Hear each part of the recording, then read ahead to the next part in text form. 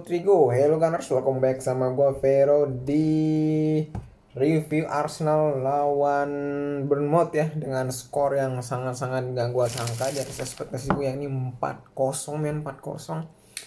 Wow, wow, wow, wow, wow, wow. Ya banyak sekali hal yang buat gue wow selain emang skornya 4-0, mulai dari akhirnya si 60 manusia 65 juta dari klub sebelah akhirnya bisa menggolkan, dan hal yang cukup mengkhawatirkan gue sebenarnya. Karena apa itu? Langsung kita bahas pertama.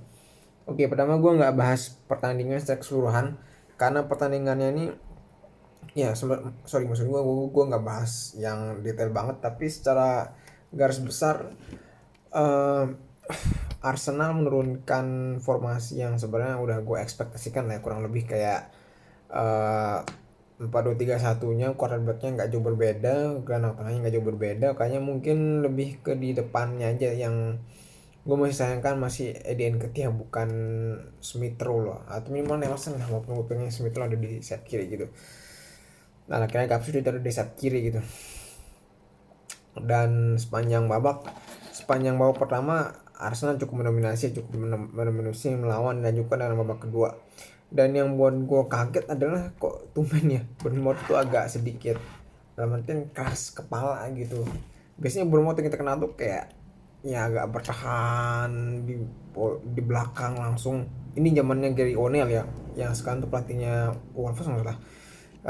Yang di zamannya dulu tuh, yang kalau masih ingat kalian 3-2, skor 3-2 dengan Nelson golin di akhir-akhir tuh, itu zaman-zaman tuh kayak masih musim lalu ada tuh kayak masih bermain bertahan banget. Dan emang Bournemouth juga gue liat di preview gue udah bilang kalau Bournemouth ini bakal, kalau ngelawan tim yang kemungkinan gede kayak Arsenal, kemungkinan bakal pakai bis. Dan yang perlu diwaspadai emang si number 10 Christie itu ya. Dan juga gue juga sangat suka sih bagaimana Saliba, pokoknya di tengahnya Arsenal itu bisa menjaga pergerakan bola agar bola-bola yang sampai ke Justin Kluivert yang nomor 19, saya pikirnya orang sama si Chris itu benar-benar tidak dapat. Sehingga ada mungkin satu momen di mana Christie itu sependapat, cuman ya akhirnya chance-nya belum bisa berbuah hasil.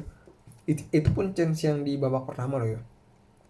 Kebanyakan chance-nya itu bisa di peluangnya tuh bisa digagalkan lewat slidingnya Saliba sama Gabriel. Gila sih dua back ini emang, terutama Saliba ya, gila sih emang, apa ya, Jenderal Saliba tuh walaupun lebih muda daripada Gabriel, tapi sebagai jenderal dia lebih tepat sih. Gabriel tuh lebih kayak ya lebih kayak gerbang lah, gerbang depannya gitu.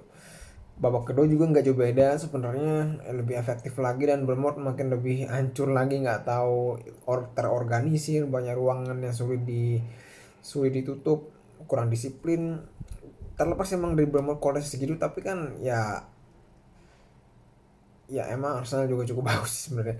Dan gue juga nggak nyangka juga sampai 4 gol. Ya 2 gol itu udah kayak normalnya Arsenal ya di 7 laga di 7 match pertama, tapi ternyata bisa menang gitu loh. Dan yang gue buat sayangkan adalah kenapa ya si Omar Arteta gitu. Lu udah lihat Saka udah kayak pincang, udah kayak mau masuk rumah sakit, masih jadi dipasang ya. Itu gue heran nih. Kenapa nggak segera diganti gitu. Dan akhirnya emang diganti oleh Vera tapi bukan YSR ya. Dan ya kabar terakhir waktu gua nonton ini, waktu gua sebelum rekam ini tuh, dia masih diperiksa antara Gattuso sama Saka sih, sangat disayangkan. Yang pun gue heran lah kenapa NGT masih diturunin. Mungkin tuh kalau NGT nggak masuk, Gattuso yang masuk, terus mungkin ISR lah ya, atau minimal Nelson lah, itu mungkin lebih bisa berbicara banyak Arsenalnya. Mungkin makanya dia gol di awal, tapi ini perlu 4 gol kan baru sampai di menit akhir gitu. Oke, gue nggak bersyukur, gue senang banget asli. Tapi kalau misalkan Arteta milihnya lebih lebih cepat, mungkin lebih lebih banyak peluang yang bisa diciptakan. Dan kalau emang ini seri, kemungkinan besar pasti Arteta bakal dikambing hitam gara-gara kenapa mulai dari awal gitu. Karena sendiri NKT itu beberapa kali peluang tuh malah malah malah bukan nendang lah, atau bukan ruang, tapi malah keputusannya masih aja telat, lebih ketelat sebenarnya keputusannya, bukan soal opsinya gitu. Dan kemudian apa lagi ya yang bisa gue komentarin, ya akhirnya YSR main lagi ya, teman 80 menit lah. Dia maksudnya sorry, dari menit ke 80-an dia udah masuk, apa tuh udah walaupun tuh udah 3-0 ya, tapi udah masuk ya, walaupun bukan main sebagai sayap kiri. Sebenarnya posisi yang gue pengen dia main sebagai sayap kiri sih. Tapi lebih ke sebagai gelandang tengah ya. Sorry, gelandang tengah menggantikan Havertz tuh siapa lagi yang bisa gue bahas ya. Ya mungkin cuma itu kali ya, gue happy dan juga berharap kalian juga happy lewat skor ini. Bagaimanapun masalah yang sedang menghadapi kalian di minggu ini, di bulan ini, gue harap ini bikin Arsenal kalian happy. Oke, see you in the next preview Liga Champions yang lawan Lensien, klub Prancis ya, yang gue kayaknya cuman kasih preview based on 3 hari terakhir mereka gitu. Bye bye.